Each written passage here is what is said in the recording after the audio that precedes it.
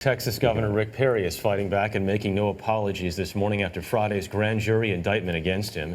Jan Crawford is in Washington as well, where everyone is wondering what this new legal battle means for 2016. Jan, good morning to you. Well, good morning, Jeff. This is a political mess that is about the size of Texas, and it all started when a powerful Democratic district attorney in Austin was charged with drunk driving more than a year ago, and her behavior was caught on camera.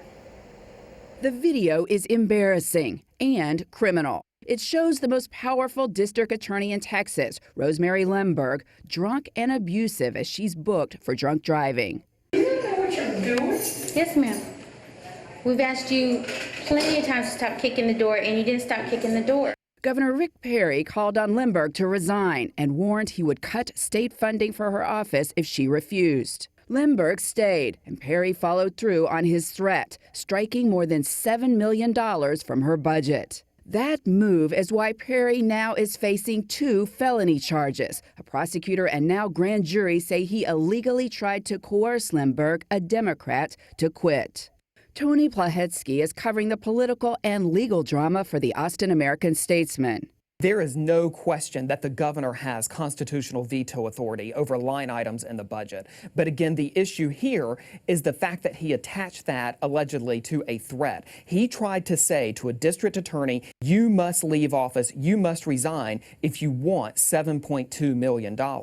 Perry's indictment comes as the governor is in rehab mode, fighting to regain his political footing after a poor showing in the Republican presidential primary 2 years ago. I think it's time to have some real change in Washington, D.C. With recent visits to key primary states, it's been looking like he's thinking of another run. Over the weekend, Perry came out swinging. I exercise this authority to veto funding for an office whose leadership had lost the public's confidence by acting inappropriately and unethically. And he went on the offensive during a Sunday talk show. And I stood up for the rule of law in the state of Texas, and if I had to do it again, I would make exactly the same decision.